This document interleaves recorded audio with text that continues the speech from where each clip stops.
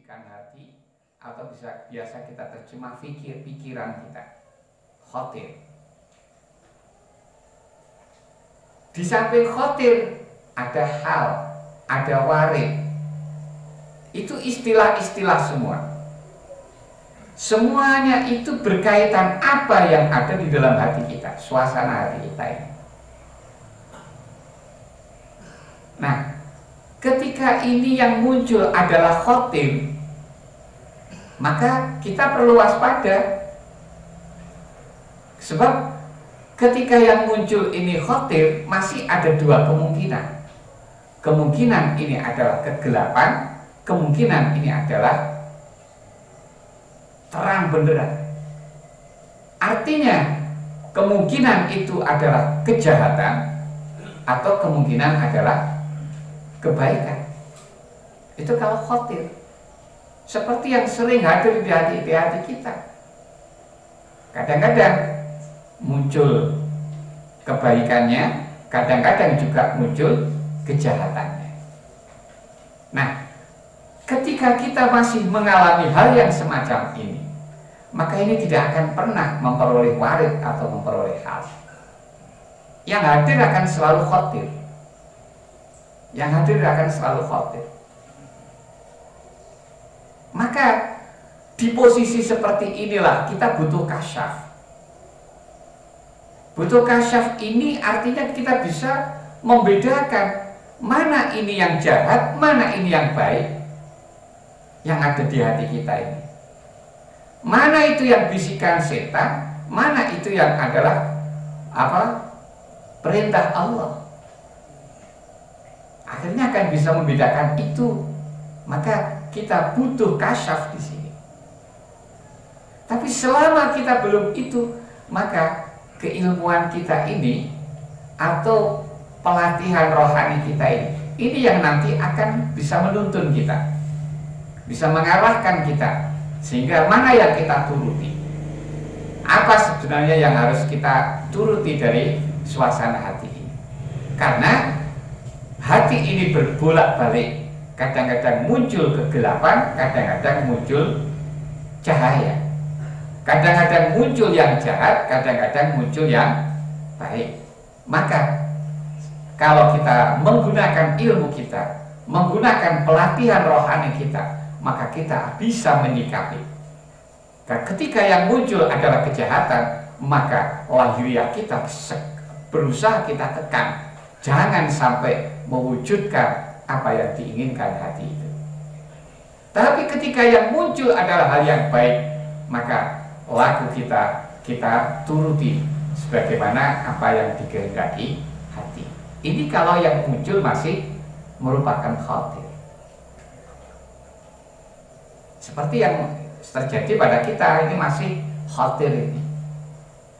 Nah, kalau ini berkelanjutan terus, maka nanti pada akhirnya yang hadir di hati kita itu akan selalu yang baik. Sudah tidak lagi hadir yang jahat. Yang gelap tidak lagi hadir di hati kita. Maka ketika sudah terputus yang gelap, terputus yang jahat, maka itulah yang hadir adalah hal. Yang hadir adalah warid. Nah, kemudian kalau hal ataupun warid ini kemudian kita biasakan, kita terus, sehingga akhirnya hal ini akan melekat langgeng di hati kita, maka ini akhirnya akan menjadi makom. Nah, akhirnya makom. Jadi makom itu adalah hal yang berkelanjutan, itu namanya makom. Atau makom, kalau terjemahan kita posisi kita. Posisi kita sebagai apa, nah itu makom. Itu muncul dari hal yang berkelanjutan. Kalau hal itu nanti masih berubah-ubah, kadang-kadang senang sholat, kadang-kadang senang puasa, kadang-kadang senang sedekah dan lain sebagainya, akan berubah-ubah kalau masih hal. Makanya kadang-kadang hanya hal ini bisa menghampiri, kadang hanya sebentar, kadang juga lama, tidak mesti. Tapi yang jelas yang kita petik dalam hikmah ke-9 ini adalah yang membuahkan amaliyah kita, perilaku lahiriah kita ini adalah karena dorongan hati, di mana hati ini kedatangan nur atau warid atau hal yang akhirnya ini memunculkan perbuatan lahiriah kita ini. Bisa dimengerti ya? Nah, nanti sebenarnya ini kupasan ini belum selesai, karena ini nanti kalau sudah kita bahas tentang amal, maka amal ini nanti ada amal yang mati, ada amal yang hidup. Ada amal yang mati, ada amal yang hidup. Nanti yang akan kita sambung dalam hikmah ke-10, di mana amal ini bisa hidup, bisa bernyawa karena ada keikhlasan. Kemudian disusul pada hikmah berikutnya lagi, nanti bagaimana kita bisa memunculkan ikhlas ini. Maka pada hikmah 11 ini akan dididik bagaimana caranya agar kita bisa ikhlas. Itu nanti kelengkapan pembahasan berkaitan amal itu seperti itu. Tapi yang pasti ini kita kenali dulu apa yang kita kerjakan itu sebenarnya bagaimana. Makanya wonten hadis ada disebutkan dulu bahwa pada diri kita ini ada segumpal daging. Kalau yang ada di diri kita segumpal daging ini baik, maka seluruh tubuh kita pun juga akan menjadi baik. Yang muncul pada anggota lahiriah kita juga akan merupakan kebaikan. Tapi kalau segumpal daging ini sudah rusak, maka yang muncul pada keseluruhan tubuh kita ini juga akan rusak. Apa itu? Hati. Itu dalam hadis disebut itu.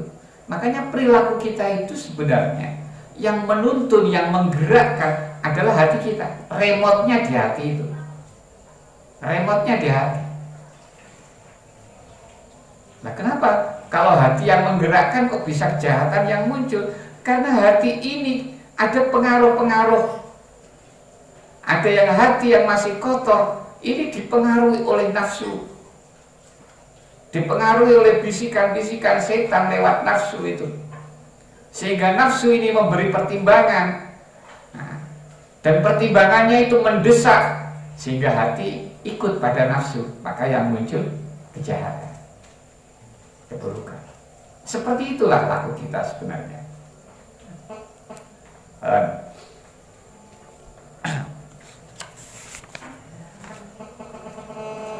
Suasana hati, hal menentukan macam-macam amal.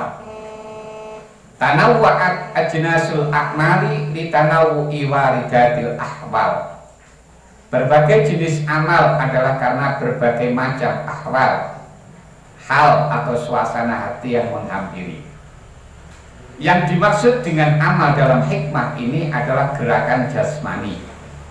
Warid dan hal adalah istilah untuk gerakan hati. Khotir, warid, dan hal itu bersemayam dalam satu tempat, yakni hati. Jadi semuanya itu ada di hati kita ini. Namun bila selama di dalam hati masih timbul khotir, atau kita terjemah pikiran, kegelapan, dan pikiran bersinar, maka itu dinamai khotir. Itu namanya masih khotir.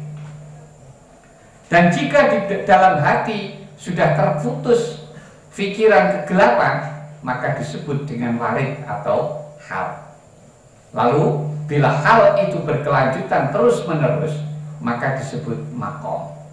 Nah, ini istilah-istilah yang perlu kita kenal dalam dunia tasawuf. Berbagai jenis amal lahiriah itu menjadi bermacam-macam, sebab bermacam-macamnya hal yang tersembunyi di dalam hati. Berbagai macam amal anggota lahir itu mengikuti berbagai hal yang ada di hati atau suasana hati.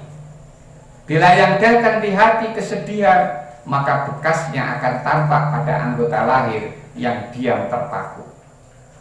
Bila yang menghampiri hati rasa gembira, maka bekasnya akan tergambar pada anggota lahir yang terasa ringan dan bergerak. Bila yang datang rasa zuhud dan mirai, maka bekasnya akan tampak pada anggota lahir yang bersikap menghindar dan mundur. Bila yang menghampiri hati rasa cinta dan rindu, maka bekasnya akan tercermin pada anggota lahir yang bergerak dan berjoget, dan lain sebagainya. Itu hanya contoh gambaran saja. Di dalam hadis disebutkan, wa inna fil jasadi mudghatan idza salahat jasadu kulluh wa idza fasadal jasadu kulluh ala wahyal qalbu. Sungguh di dalam jasad ada segumpal daging. Ketika ia baik, maka seluruh jasad menjadi baik, dan ketika ia menjadi rusak, maka seluruh jasad menjadi rusak.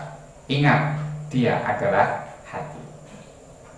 Nah, sekarang bagaimana dari sini kita bisa memahami maksud daripada hikmah yang sebelumnya, hikmah yang ke-8 kemarin. Kenapa di sana kalau amalnya sedikit tidak usah dipedulikan? Ketika dia sudah hampir dekat, sudah hampir sampai pada tujuan, kenapa tidak usah peduli dengan amalnya yang masih sedikit? Masalahnya begini, amal lahiriah ini, ya ini tadi karena ada ikatan hati ini. Justru yang paling penting ini adalah apa yang ada di hati ini. Ini yang dinilai Allah. Ini yang akan dipandang oleh Allah, apa yang ada di hati kita ini. Makanya kalau hati kita sudah bisa menuju ke sana, maka lahiriah tidak mendukung ke sana, tidak masalah sudah. Tidak apa-apa. Makanya walaupun hanya sedikit tidak apa-apa, karena hatinya sudah terbawa ke sana. Nah, ini dari kaitan ini akhirnya kita paham itu apa hubungannya dengan hikmah yang ke-8 itu. Hikmah ke-9 ini ringkas tetapi padat. Hikmah ini merupakan lanjutan dari hikmah ke-8 yang diuraikan sebelum ini. Hikmah yang ke-8 menjelaskan batas perhentian di depan pintu gerbang dan belum menyentuh makrifat. Hikmah ke-9 ini memberi gambaran tentang makrifat tetapi tidak disebut makrifat, dan juga tidak diuraikan secara jelas, akan tetapi disebut sebagai ahwal. Ahwal adalah jamak dari kata hal. Hikmah ini membawa pada arti hal, membentuk keadaan amal. Amal adalah perbuatan atau laku lahiriah, dan hal adalah suasana atau laku hati. Amal berkaitan dengan lahiriah, sedangkan hal berkaitan dengan batiniah. Sebab hati menguasai seluruh anggota tubuh, maka laku hati yaitu hal menentukan bentuk amal, yaitu perbuatan lahiriah. Maka yang penting hati, karena hati itu pengendalinya. Hati itu pengendalinya. Lahiriahnya itu nanti akan ikut dengan apa yang ada, ikut dengan suasana hati itu. Dalam pandangan tasawuf, hal diartikan sebagai pengalaman rohani dalam proses mencapai hakikat dan makrifat.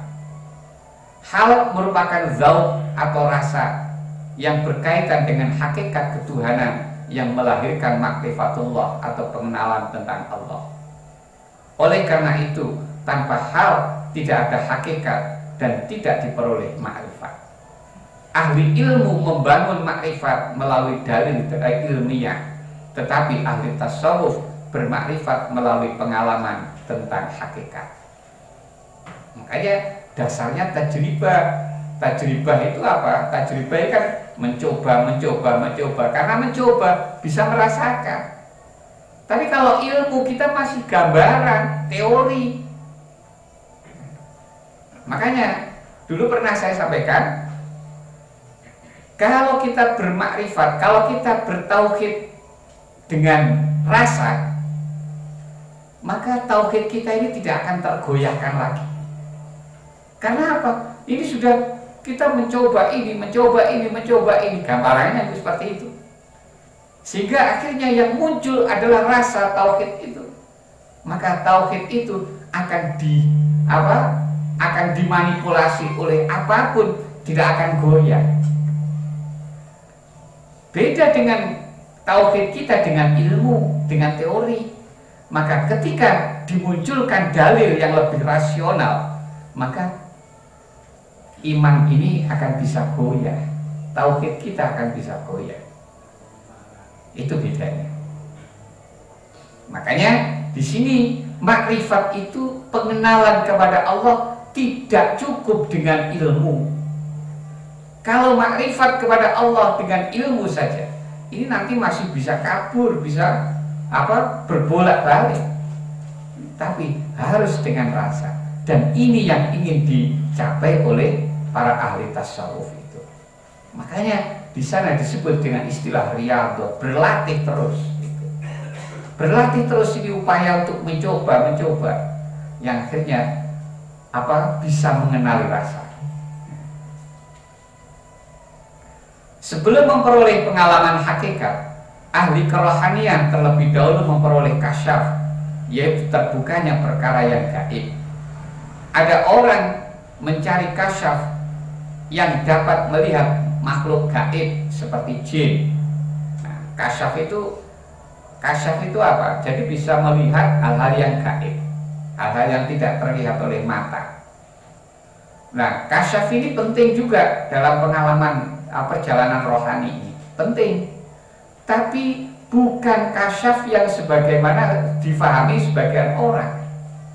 Bahwa ketika dia sudah kasyaf, melihat bahwa nanti akan ada yang datang, tamu yang datang, atau nanti akan seperti ini, atau dia bisa melihat jin, seperti itu. Kasyaf-kasyaf yang seperti itu tidak penting. Itu tidak penting. Tapi ini sudah hebat kalau dalam pandangan awam. Kenapa? Makanya kadang-kadang kalau orang, aku mau sowan ke fulan, sebenarnya saya punya tujuan ke sana, tapi belum saya sampaikan apa tujuan saya. Beliau kok sudah tahu dulu. Nah, itu termasuk kasyaf.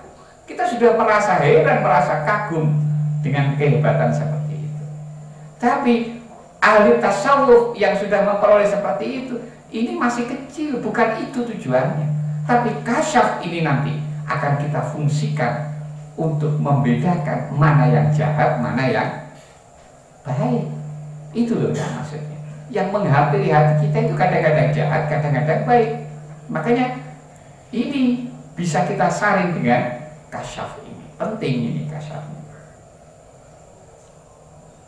Nah, ini yang kasyaf yang ingin dicapai oleh para sufi seperti itu, sehingga bisa mengenali ini yang baik, ini yang buruk.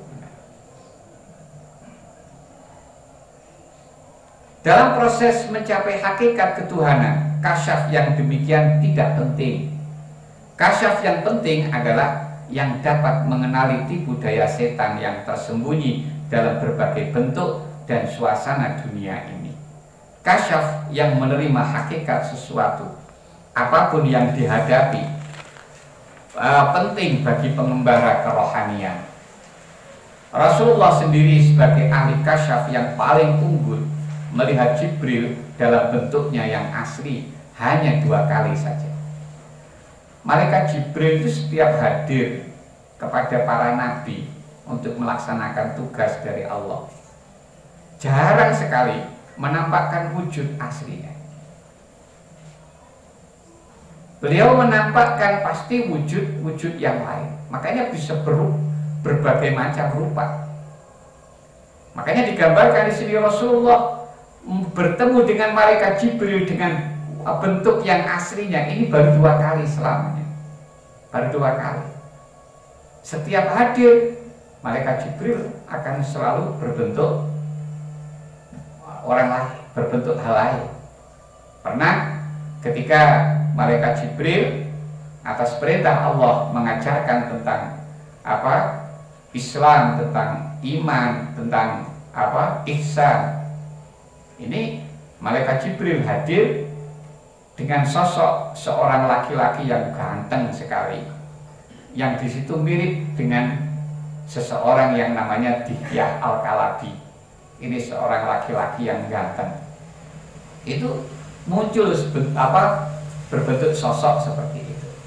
Nah, kalau kita kehadiran hal-hal yang semacam itu, ini kadang-kadang kita kan tidak bisa membedakan, karena yang kalau kita hanya tertupu dengan mata saja, mata kepala kita, maka kadang-kadang mata ini bisa tertipu. Seperti dulu yang pernah saya ceritakan, dia ketika ada di toko melihat gemerlap, disangkanya emas, tapi ternyata itu adalah tiruan. Karena apa? Dikelabui mata kita oleh bentuk. Maka jangan sampai kita tertipu lagi. Maka jangan mengandalkan pada mata kepala. Maka harus pakai hati.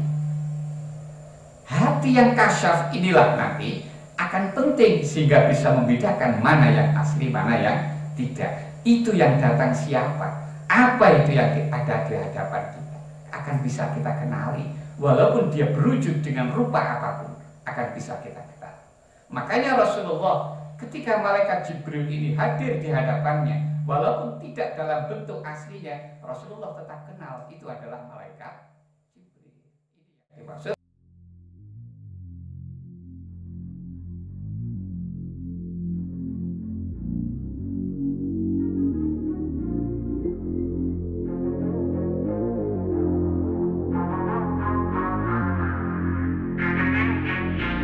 White tail beat